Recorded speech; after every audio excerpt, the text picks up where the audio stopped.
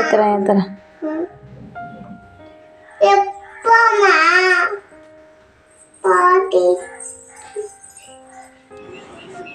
Hello viewers, welcome back to our channel தரங்கை பிரதீஷ்.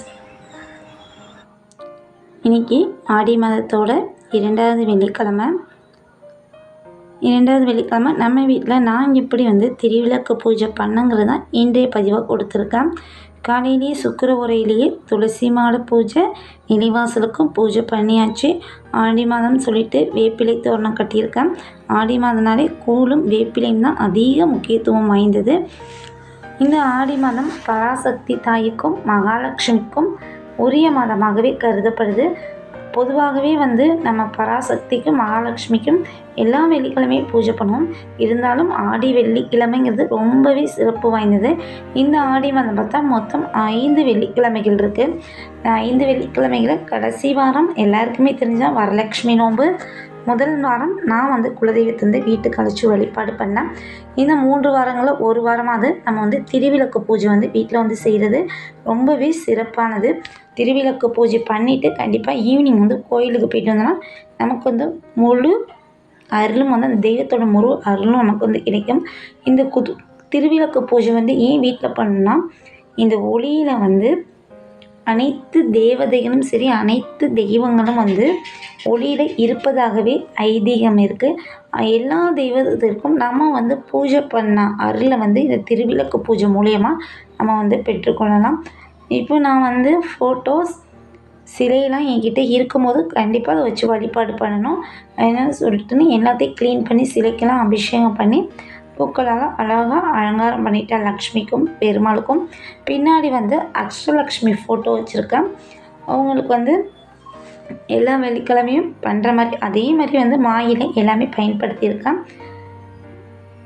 பிள்ளையாருக்கு அருகம்புல் வச்சு அவரை பிரார்த்தனை பண்ணிவிட்டு குலதெய்வத்தையும் முழுமையாக பிரார்த்தனை பண்ணிவிட்டு லக்ஷ்மியும் பெருமாளையும் பூக்களால் அர்ச்சனை பண்ணிவிட்டு அதுக்கப்புறம் திருவிளக்கு பூஜை ஆரம்பித்தேன். திருவிளக்கு பூஜை பண்ணுறதுக்கு முன்னாடியே விளக்கை திருமகளாக நம்ம பாவிச்சு தான் பூஜை பண்ண போகிறோம். பூஜையை பண்ணுறதுக்கு முன்னாடியே அம்பிகைக்கு மஞ்சள் குங்குமம் வச்சு தான் வீட்டுக்கு அழைக்கணும். விளக்கை வாசல்லேருந்தே மஞ்சளும் குங்குமமும் கொடுத்து அம்பிகையை வீட்டுக்கு கூப்பிட்டு வர மாதிரி வீட்டுக்குள்ளே அழைச்சி தான் விளக்கேற்றி நான் வழிபாடு பண்ணேன். இப்போ நான் குங்குமத்தால் நான் அர்ச்சனை பண்ணிக்கிறேன். குங்குமத்தால் தான் அர்ச்சனை பண்ணால் பூக்களாலும் 108 பூக்களாலும் அர்ச்சனை பண்ணிக்கலாம். 108 முறை குங்குமத்தாலும் அர்ச்சனை பண்ணிக்கலாம். இந்த குங்குமத்தை என்ன பண்ணுறதுன்னு கேட்டால், நம்ம டெய்லி நெத்திக்கு யூசேஜ் பண்ணுற அந்த குங்குமத்தோடு கலந்து வச்சுக்கலாம். பிரசாதமாக பால், தயிர் சாதம், சக்கரை பொங்கலாம் வச்சு எக்ஸ்ட்ரா பாயசம் அதுமாரி இன்னும் என்ன லக்ஷ்மிக்கு உரியதோ அதை வச்சு நம்ம நெய்வேத்தியம் பண்ணிக்கலாம். 108 மந்திரங்கள் அர்ச்சனை பண்ணும்போது திருவிளக்கு மந்திரம் 108 கண்டிப்பாக பாராயணம் பண்ணணும். அவ்வளோதான். ரொம்ப எளிமையான முறை தான் திருவிளக்கு பூஜை. கண்டிப்பாக இந்த 2வது வாரம் செய்ய முடியலனாலும் 3வது வாரம் 4வது வாரம் நிச்சயமாக வீட்டில் திருவிளக்கு பூஜை முடிச்சுட்டு கோயிலுக்கு போயிட்டு வாங்க. இப்போ இந்த 5 முக விளக்கு நான் மீஷோவில் தான் பர்ச்சேஸ் பண்ணேன். உண்மையாக தீபார்த்தனை எடுக்கும்போது அவ்வளோ அழகாக இருக்குது.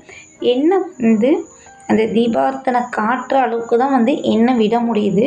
ஃபஸ்ட்டு கூட இந்த விளக்கு நான் வேஸ்ட்டுன்னு தான் நினச்சேன்.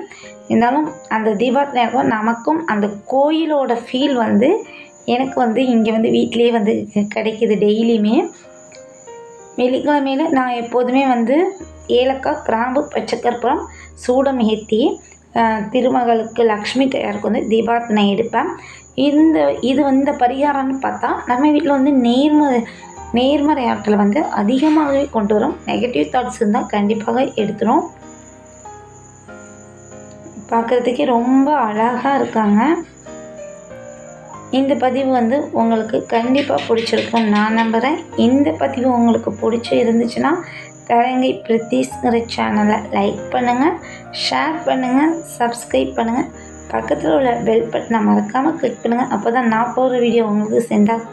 Thank you friends.